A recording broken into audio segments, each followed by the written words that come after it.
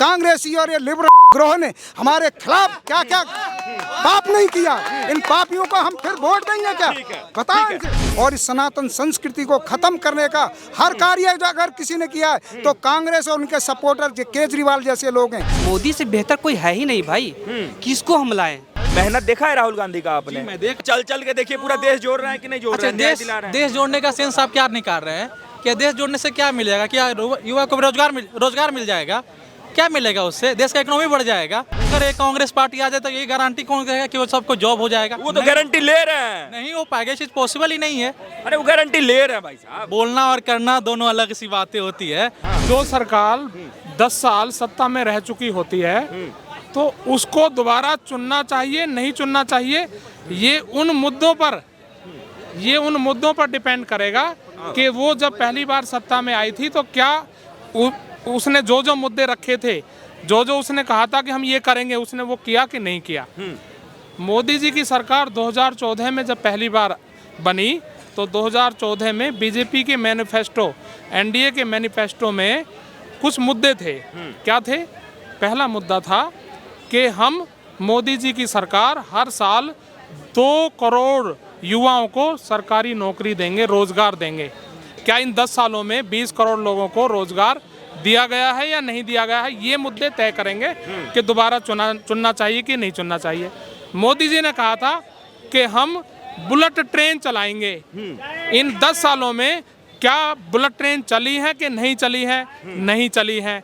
ये मुद्दे तय करेंगे कि दोबारा उन्हें लाना चाहिए कि नहीं लाना चाहिए। उन्होंने वो उनका एजेंडा था कि हम आदर्श सांसद आदर्श ग्राम योजना के अंतर्गत गांवों को गोद लेंगे और उन गांवों में सारी मूलभूत सुविधाएं देंगे। सांसदों ने जो गोद लिए गांव, उनमें क्या मूलभूत सुविधाएं दी गई? नहीं दी गई। धारा 370 35 से जो आतंकवादियों को बढ़ावा देता था, सबसे खतरनाक जो बिल था वो 35 से था। इसमें 370 में वो दूर कर दिया, यानी देश को इन आतंकवादियों से मोदी जी ने बचा लिया।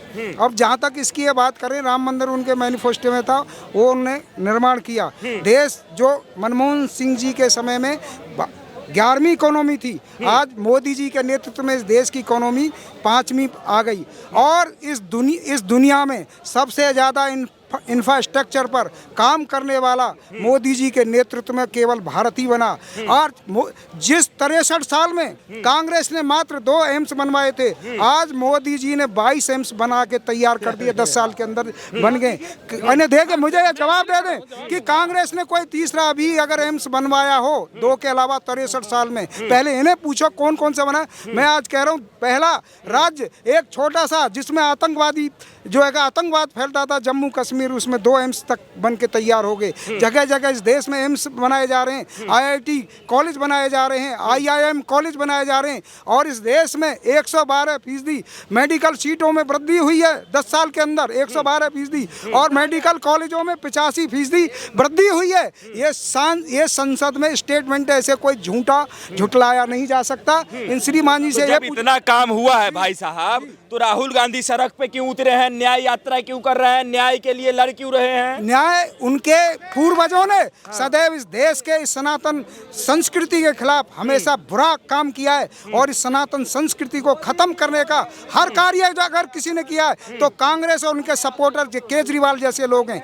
एक इस देश के केजरीवाल इस देश की जनता का पैसा उन इमामों को देते हैं जो मंदिरों से, जो आर्टिकल हमारे जो संविधान में 28 और से लेकर 30 में जो इन मंदिरों से जो पैसा आता है, उस मंदिरों से टैक्स के रूप में पैसा लेते हैं और उनको मंदिर जो मदरसे में इमामत करते हैं, यानी नमाज पढ़ाते हैं, उनको पैसा दिया जाता है। 1200 करोड़ रुपया इस देश की जनता का जो है जो 1 नंबर का पैसा उनके खून पसीने की कमाई है, उसे ये तुष्टीकरण की राजनीति करने वाले केजरीवाल और कांग्रेसी देते हैं। और दूसरी बात मैं और को बताऊं, 700 करोड़ रुपया हर साल उसमें सऊदी अरब में दिया जाता था। मोदी जी के नेतृत्व में कहा ये खून पसीने की कमाई है इस जनता की, जो कहा हम नहीं देंगे और कैंसिल कर दी। इन बेईमान कांग्रेसियों ने आर्टिकल, संविधान की जो आत्मा है आर्टिकल 32, उसमें यह प्रावधान है कि हम किसी भी सरकार या किसी से भी हमें ये लगता हो कि हमें इससे खतरा है तो हम कोर्ट में, सुप्रीम कोर्ट में चैलेंज दे सकते हैं, हर कोर्ट में दे सकते हैं। सी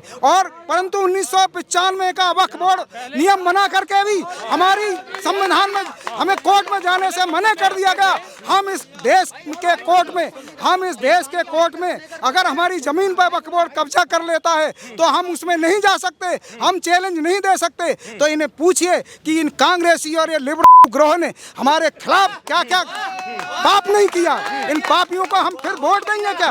बताएं इनसे। भाई साहब एक मिनट, आपने कहा कि मोदी जी की जो योजना है, एक मिनट रुक जाइए, आप कह रहे हैं सर पहले बात तो, सवाल तो ले लीजिए पहले।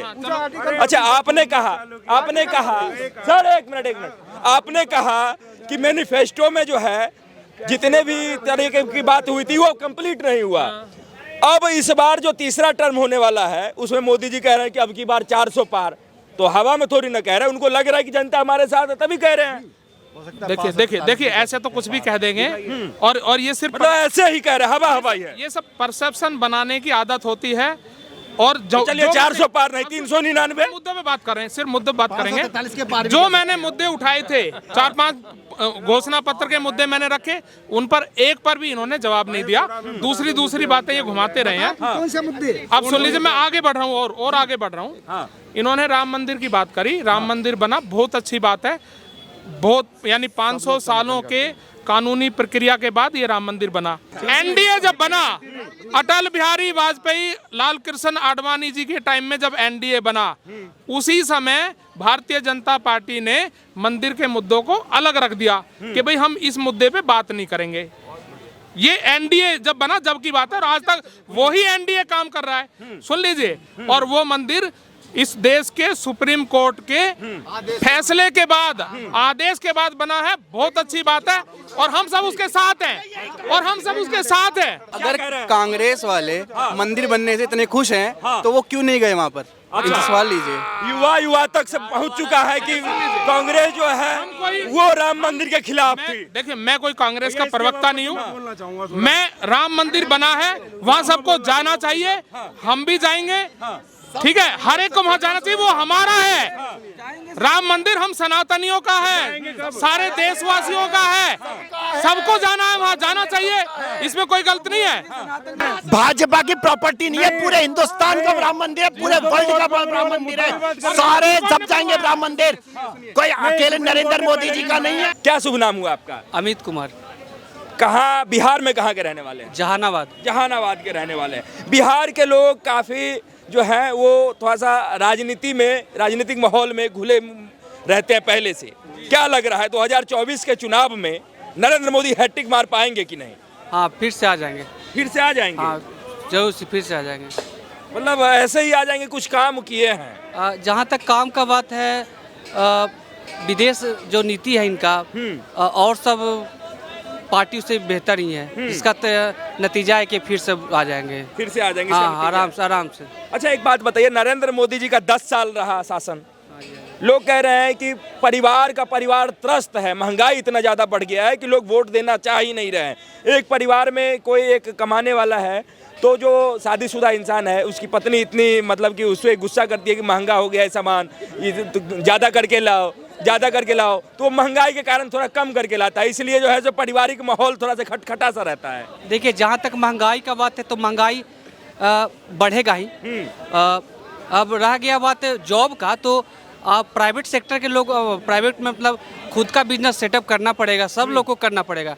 ऐसे सोचेंगे कि हमको गवर्नमेंट जॉब ही मिल जाए, सबको मिल नहीं सकता, ये पॉसिबल है नहीं।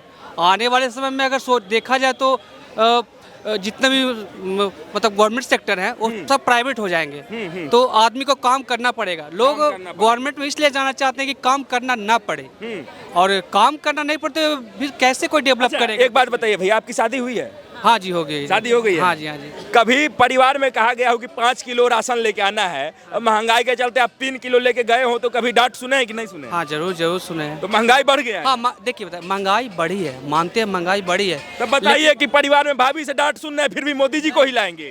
देखिए, अब मोदी पर नहीं करे, हम कह रहे हैं कि देखिए, जहाँ तक देश के नेतृत्व का बात है, हाँ। मोदी से बेहतर कोई है ही नहीं भाई। किसको हम लाएं? अल्टरनेट ऑप्शन ही नहीं है। अब किसको लाएं? अभी जो प्रेजेंट सिचुएशन है, इसमें मोदी बेहतर है। और कोई दूसरा अगर लाते हैं तो भाई वैसा कोई चेहरा नजर नहीं राहुल गांधी नहीं दिख रहे आपको, इतने बड़े चेहरा, लंबा चौड़ा। देखिए, अब वैसा जिसका प्रतिनिधित्व करने का ठीक है, मौका मिलेगा, लेकिन अभी जो तत्काल जो भी उनसे बेटर नजर आ रहे हैं बोलने में, चाहे रूस का भी देखिए जो मैटर था यूक्रेन से जो हुआ था, उसमें मोदी जिस तरीके से दोनों तरफ बना के रखे, यूक्रेन को भी मतलब अच्छे तरीके से बना के रखे, उधर भी माहौल, इधर रूस से भी बना के रखे। उसमें देखिए, आप देखिएगा कि अगर राहुल गांधी का दिखेगा तो उनका झुकाव किसी एक तरफ हो जाता है, वैसा नहीं होना चाहिए, बैलेंस बना के चलना पड़ता है। राहुल गांधी कह रहे हैं कि देश का माहौल खराब करने में लगे हैं मोदी जी। मोदी जी किसान विरोधी व्यक्ति हैं, मोदी जी युवा विरोधी व्यक्ति हैं, मोदी जी जो है सो देश के विकास के विरोध में है। विरोध ऐसा कोई बात नहीं, विरोध देखिए, मेरे विरोध किस बात पर विरोध? अब भाई वो तो एक सेटअप रहेगा ना कि भाई इसी के कारण तो वो न्याय यात्रा निकाल रहे हैं। परसों बिहार में भी थे, आपको पता ही होगा। हाँ, थे तो न्याय यात्रा निकाल रहे हैं ना? हाँ जी, हाँ जी, हाँ जी। तो न्याय यात्रा निकाल रहे हैं तो लोग उनको वोट करेगा ना प्रधानमंत्री तो बनने के लिए? देखिए, हम तो चांस तो नहीं लगता है, जिस तरीके से मतलब उनका है, मतलब उनको तो नहीं लगता है। नहीं लगता है? नहीं लगता। अच्छा, थोड़ा सा आप आगे आइए, तो आइए, आप आओ आगे। क्या नाम हुआ बाबू? अपूर्वा। अच्छा अपूर्वा, एक बात बताओ, अभी तक वोट दिया है आपने? हाँ, दिया है। अभी चुनाव नजदीक है, प्रधानमंत्री किसको चुनोगे आप? नरेंद्र मोदी। नरेंद्र मोदी को? हाँ, ऐसा क्यों?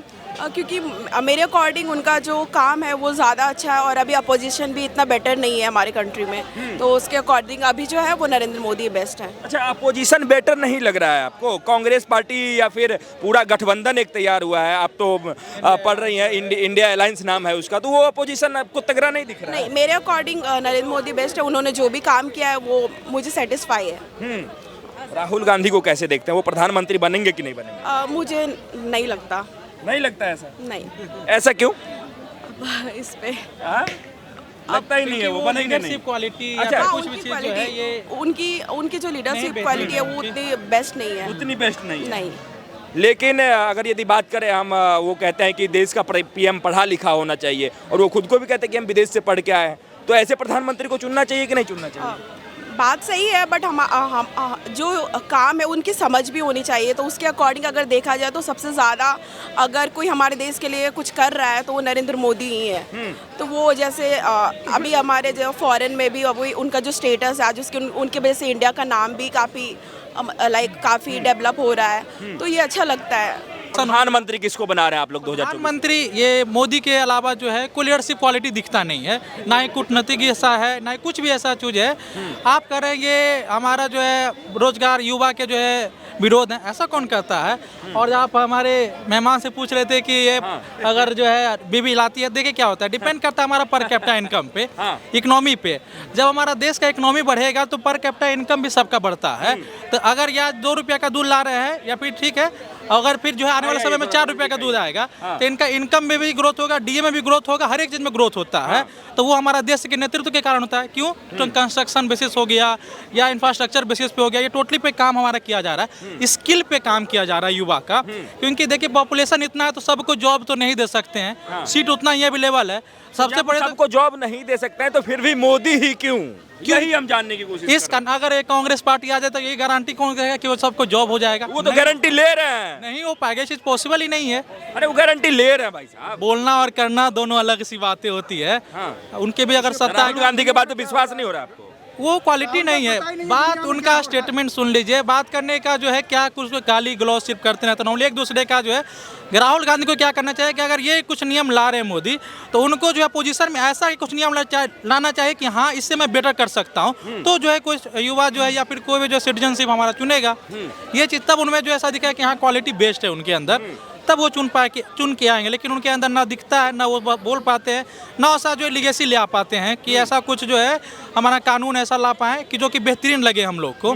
ये चीज़ पॉसिबिलिटी में दिखता ही नहीं है। अब उनका राहुल गांधी का मेहनत आपने देखा? हटाओ, मेहनत देखा है राहुल गांधी का आपने? मैं देख रहा हूँ। आपको कह दिया जाए कि पूरा देश पैदल घूमने के लिए तो आप थक जाएंगे, तो ये क्या, और वो एकदम चल चल के देखिए पूरा देश जोड़ रहे हैं कि नहीं जोड़ रहे हैं, न्याय दिला रहे हैं। देश जोड़ने का सेंस आप क्या निकाल रहे हैं?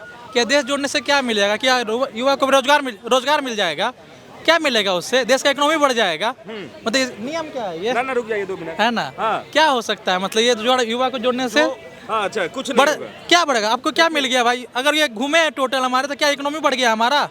रोजगार मिल गया? क्या मिला बताइए भाई? कुछ मोदी को हराने के लिए घूम रहा तो है। क्या, तो हराने के लिए तो हार जाएगा ऐसे मोदी? हार नहीं कोई जाएगा। पॉसिबिलिटी ही नहीं है पॉसिबिलिटी से क्या होगा?